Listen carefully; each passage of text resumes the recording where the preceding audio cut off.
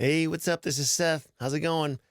So I'm recording this in early January 2023. It's been less than 2 months since the AI revolution officially began. You may know about this already. It's called Chat GPT. If you don't know about it, I'll just quick explain what this is. So this is created by a company called OpenAI, and it was released on November 30, 2022. And it's pretty crazy what this thing can do. Some people are terrified of it. Some people are really excited by it. In the next few minutes, you'll probably get an idea for why people feel both of those ways. But the idea behind Chat GPT, it's kind of like, in some ways, like an alternative to Google, but it's kind of like you're talking with a person, but you're actually talking to an artificial intelligence bot, essentially, that can do amazing things. And I think it's really going to change a lot of the world. The way that people do research, the way that people learn things, the way that people do work. With ChatGPT, you can ask it literally anything as if you were asking a human this question, and you'll probably get a pretty decent answer back. So I'm trying to think of a good question to ask here. What's a good birthday gift for a 6-year-old boy? My son is turning 6 this month, so we'll see what this tells us. So you can kind of see what it's doing here. It's as if somebody's typing out an answer to me. I don't know if it's because it's still thinking about it or if it's just trying to mimic what it would look like for a person to type this out. But this is a very broad, open-ended question. Like, I didn't give it any real specifics other than birthday, boy, and 6 years old. That's really all I told the thing. And we're hearing about toys, games, books. So let's say we want to actually give it some more specifics. So I could say, this boy is my son. He doesn't like board games, but he does like remote control cars. What are some good RC cars we should look at? Okay, so it's kind of giving me some more clarification, but what I want to know about is, like, tell me a specific RC car that I should look at buying. I just want some real suggestions. So it's still giving me some answers here, but I'm going to respond to this and clarify. That's one of the cool things about ChatGPT is, like, it remembers what you said before. So you don't have to, like, rephrase the question and state it all over again. You just keep the conversation going. I could say,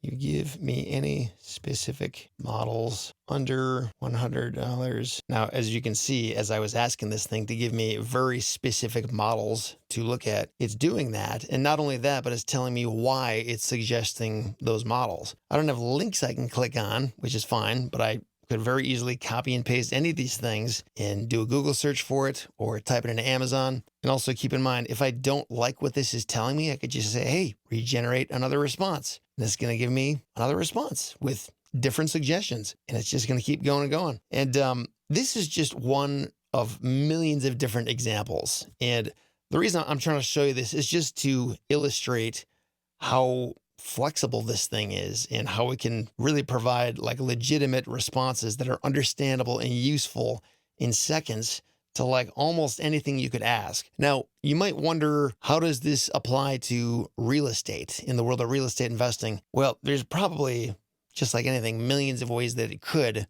And I don't know all the ways it can yet, but I just did some brainstorming myself recently as I was thinking through this. And I tested it out a little bit to see how well it worked, and it worked pretty decently. So I'm going to run through a list of things that ChatGPT could be useful for if you are a real estate investor. So first of all, let's go up here and start a new chat. When I first started thinking of this, I thought of, what's something that I usually find pretty monotonous, but it's nonetheless important when I'm trying to sell one of my properties. And that is writing a decent property description. It's not that I can't do this, but it just takes a bit of thought to, like, do it well and write a property description that is fun to read and makes the property sound good. So I could say this: I have a 20-acre parcel of land in Antrim County, Michigan, on a busy road near a river. Trees can be used for recreational purposes. I am trying to sell this property. Can you write a good property description that makes this sound good to a potential buyer? Hit enter here. So, experience the beauty and tranquility of nature with this stunning 20-acre parcel of land nestled among tall trees and overlooking a peaceful river. This property is the perfect retreat for those. I mean, just that first couple sentences, like, that's beautifully written. Like, that is a great job. And it may not be, like, pinpoint accurate. I mean, to get in here and, like, change some things to make it truthful if something about this doesn't perfectly portray an accurate picture of the property. But I mean, look at this. Conveniently located on a busy road, this property offers easy access to all the amenities and activities you could want. So like, this whole idea of being on a busy road, some people might see that as a good thing for convenience. Some people might not. But you can just tell by the way it's wording this thing, it's doing it from the standpoint of like a sales copywriter where we want this thing to sell. And it's doing a really solid job. Like, if I was on my own, maybe I could do it this well, maybe not. But even if I could, this thing just eliminated a whole lot of mental brain power that I would have had to expend to figure this out and do it all right. But you just gotta get the idea, like this can be a huge time saver and just help you get a whole lot more done, a whole lot faster, and do a pretty decent job of it. Like this is not some like garbage output. This is like very good usable language. Now, say you're listing this property on a website like Craigslist or a similar classified ad type website where you have to include a really good headline to get your listing noticed. Like if people don't click on that headline, then this whole description doesn't mean anything because people aren't going to click on this thing and read it in the first place. So let's keep the conversation going and say, hey, can you create a decent headline for me? So let's try it. So I'm saying, sounds great. Can you also create some headline ideas for me so I can advertise this property on a classified listing website and catch people's attention? Let's see what it tells us. Okay, here's a few possible ideas. Escape to nature, 20 acres of beautiful land in Antrim County. Build your dream home on this secluded property in Michigan. Get away from it all on this private wooded 20-acre parcel. 20 acres of recreational paradise in Antrim County. Don't miss out. Rare opportunity. Own a piece of Michigan's natural beauty. So all of those are solid headlines. I don't know if these are all like the best, and they might not absolutely command attention, but they're not bad by any stretch of the imagination. I don't know how it's going to respond to this, but I know sometimes something I like to do in my headlines is try to make them funny or just obnoxious, just so like people can't miss these things. So let's make that suggestion and see what it can do. Can you give me some more headline ideas, but make them funny? Okay, so we've got 20 acres of, your own private oasis in Michigan. It's pretty decent. Tired of the rat race, escape to this tranquil 20-acre property. Okay, the only thing missing on this property is you and maybe a house. So like that is a little bit more funny and just kind of, playful and interesting to read those kind of headlines. Let's see if we can make it more obnoxious. I'll ask it to do that. I'll say, can you make these headlines a bit more obnoxious and attention grabbing? Sometimes what I like to do in these things is use all caps, not for the whole thing, but just like one word that I want to draw attention to. So maybe I'll suggest that. Can you use all caps for one or two words in each of these headlines and try again? Okay, let's see what it spits out here. Boom, look at that. Oh man, beautiful. Looks like I missed that one. But you see what I mean? Like, is this not incredible? Pretty much all of these ideas and examples here, all of them are usable. Like none of them are bad. None of them are garbage. They may not hit the nail right on the head and be perfect, but like if I'm just looking for ideas or even for this thing to just do the work for me, it can do that in a lot of cases. It's pretty incredible. So we've got property descriptions, we've got property headlines. Something else we could do is maybe write a letter to somebody, whether it's a neighbor that we're trying to buy a property from them or a neighbor that we want to sell our property to, or maybe even a direct mail campaign where we're trying to, send out a whole lot of mailers to people asking if they want to sell their property to us and we want them to respond to us. Or heck, maybe we're sending out a text campaign and we're trying to figure out what should we say on that first text. I mean, we could even take their responses and put it in here and say, hey, what should we say back to this person? I mean, I haven't tried that yet, but who knows? It's probably worth a try. There's endless uses for this. So let's just see what happens when we try to tell this thing to write us a cover letter to a neighbor and we're trying to sell our property to them. Let's just see what this does. Write a short letter, next door neighbor, to try and sell my property to them. My property is a 20-acre parcel. Their property is a 5-acre parcel with a house on it, vacant land. I could probably do a better job explaining more information to Chat GPT before we get started, but let's just start with this and see what it comes up with. So, dear neighbor, I hope this letter finds you well. As you may know, I'm in the process of trying to sell my 20-acre parcel of land located next to your property. I thought you might be interested in this opportunity, given that you have a 5-acre parcel with a house on it. I believe that my land could be a valuable addition to your property, providing you with even more space and privacy. So right there, even more space and privacy. I didn't tell it to do that. It just thought of that on its own. So I didn't have to spell out every single thing for Chat GPT. Like, it just kind of knows what to do. And it says this land is suitable for a variety of recreational purposes. What it's doing there is it's recalling what I said several messages ago. Remember when I said it was useful for recreational purposes? It remembered that, and it included that in this letter. It says, so you can enjoy hiking, fishing, or just soaking in the beauty of the surrounding landscape.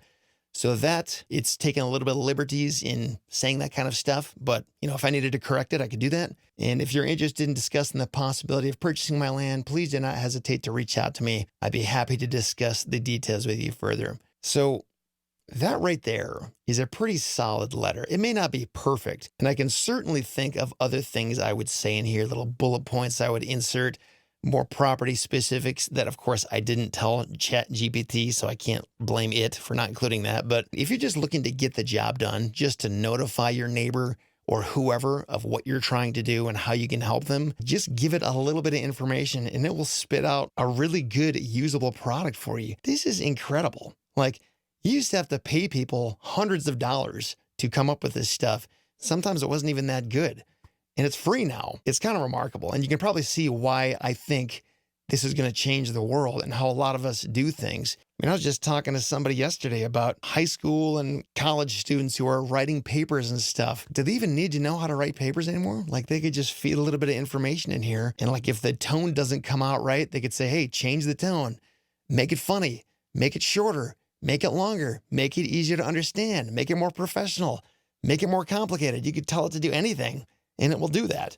So, just to prove the point, let's say, can you write a similar letter but make it funnier? And I don't know why I would really do this. I'm just trying to show you this is something it can do.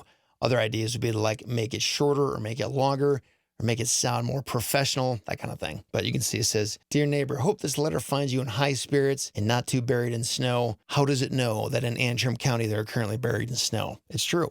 Says, I wanted to reach out and see if you might be interested in expanding your horizons and property line by purchasing my 20-acre parcel of land. I'll let you pause it for a second and keep reading it if you want to do that. But again, beautiful work. It may not be like hilarious, like I'm not cackling with laughter because I'm reading this, but it's definitely a more playful, fun tone. And, I could say, can you write a similar letter but make it sound more professional? Let's see what happens here. And, predictably, it's going to write the same letter with a more professional tone. And again, you can feel free to take a look at the screen, pause it if you want to, just read it, and you'll see what I mean. Like, it's doing a really, solid job. Now, one last thing I want to show you just as an example. And again, keep in mind, I'm just in the very early stages of learning about Chat GPT. I don't fully have my arms and my mind wrapped around what this tool can do. These are just ideas I had yesterday, literally. So I would encourage you to use your own creativity and moral compass, please, to use this tool to really just make yourself a lot more productive and do good for the world. So let's say you have a website and you are trying to sell something on that website. We could say we're trying to sell houses. Maybe we're a real estate agent and we want to talk about why the city where we sell houses is a great place to be. Something like that. Just to like put on maybe like the home page, like at the very bottom is just boilerplate text that shows up everywhere, that kind of thing. And we know there's plenty of good things about where we live, but how do we articulate that and say it clearly and completely without going on and on and on? Let's ask Chat GPT to do that for us, okay? So we'll just say, website I use to sell houses. I am a realtor in Grand Rapids, Michigan. By the way, I'm not a realtor. I'm just using this as a hypothetical example. A few paragraphs explaining why Grand Rapids, Michigan is a great place to live. You write me a few paragraphs explaining all the great things Grand Rapids has to offer. Let's see what happens. And I'm also just evaluating this for accuracy as well as quality writing. Looks like rich history, beautiful natural surroundings, top-ranked schools, thriving arts and cultures, and that's all spot on. Gosh, I gotta tell you, like, this is the first time I've tried telling it to do this. It's remarkable. I can't believe this. It's crazy. Even as I'm going through this, I can't help but think to myself thoughts of excitement, a little bit of fear, but mostly excitement. And I think that kind of gets on to the second little part of this video that I wanted to go over. Chat GPT is not perfect. Sometimes it gives the wrong information. Sometimes it gives you no information at all. And sometimes you can ask it questions that it just literally cannot answer. Say if you're asking a question based on personal experience, like, what have you experienced at this time, in this place, in this situation, doing this activity, that kind of thing. This doesn't have an experience. It can like regurgitate stuff that it can pull up from around the internet. I imagine that's where this is all coming from, but that doesn't mean it's accurate. Similarly, Google doesn't know what's accurate. All it knows is what do people click on and read for a long time, and which websites are designed really well and which websites are fast. But I mean, you can lie all day long on a website and still meet Google's search ranking algorithm and rank really well. So it doesn't mean ChatGPT is always right or that Google is always right. So you need to understand the limitations and not just trust this thing implicitly to solve all your life's problems. For example, just to illustrate my point, so I tried this when I first heard about it just to see, what does ChatGPT know about REtipster? Does it know anything? Let's check it out. I could say, what is REtipster? And I'm not aware of anything else in the world called REtipster, so let's just see how it answers this. And it doesn't look like it is answering this. Also, while we're waiting, I'll just point out, I think it actually says it. If we go here to start a new chat, it says it has limited knowledge of world and events after 2021. Now, again, recording this early January of 2023. So if you're watching this 5 years from now, I'm sure this will change. In fact, I can only presume AI has made the world a very different place if you're watching this 5 years from now. But the point is, it doesn't necessarily know about stuff that happened yesterday. You can't ask it for super recent information. It's got to be something that's somewhat established in history. So let's try asking that question again. What is REtipster.com? Sorry, but I'm unable to browse the internet. Okay, so it can't go to the website. Can you tell me anything about what REtipster is?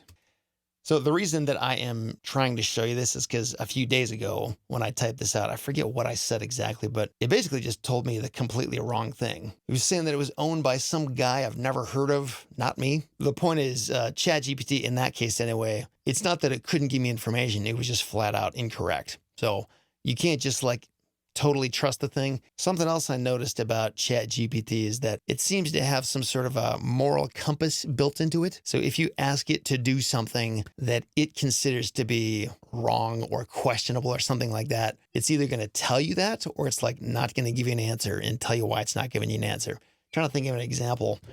What's the best way to steal something from a grocery store? And please understand, I'm just typing this in here to illustrate a point. I'm not suggesting anybody should do this or search for this, but let's just see what it tells us. It's not appropriate to discuss or encourage theft in any way. So there you go. It's kind of like shaming me and telling me it's not going to give me an answer, which good for it. That's awesome. Another thing that you may be tempted to ask ChatGPT if you're a real estate investor like I am, whether you intend to or not, is things that border on like legal advice. So for example, I could say, what's the best way to repossess my property, New York, if my tenant has stopped paying their rent? So it says, in New York, if a tenant has stopped paying rent, and you want to repossess your property, you must follow the legal eviction process. This process begins by serving the tenant with a notice to vacate the property. If the tenant does not vacate the property by a specified date, you can file a petition. So it's given us a lot of good information, and a lot of this is probably right. I don't know. I'm not an attorney, but to that point, ChatGPT is also not an attorney. So you want to be kind of careful about what you choose to ask it, but more importantly, how much you take those answers to heart in terms of like assuming that it's accurate, complete information. There's all kinds of nuance that can be buried in legal issues that this either isn't going to know about or isn't going to tell you about. And that's really when you have to get an attorney. But again, like just for what you see here, it's still fairly valuable just in terms of getting you ideas, telling you like what questions should I be asking an attorney when I talk to them, or even like uncovering things that some attorneys might not even think of. It's kind of crazy. So we can also say things like, in your experience, what's the best way to buy real estate at a discounted price? So it's giving me some answers here. They're fairly generic answers, but they're, decent answers. They're not wrong, I don't think. But it's not telling me anything based on what it has done. Like, it's not like I'm talking to a person who has actually tried this stuff and they can tell me, like, yeah, I've tried that. These were the problems that I saw with that.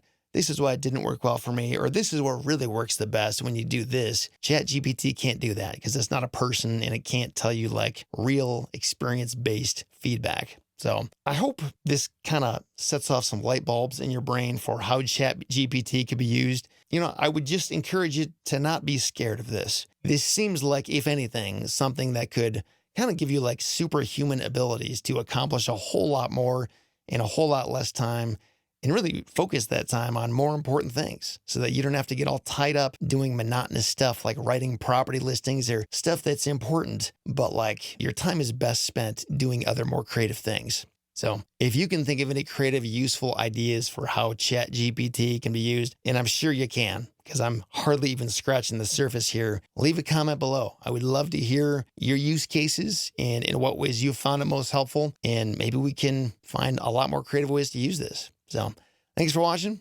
Talk to you next time.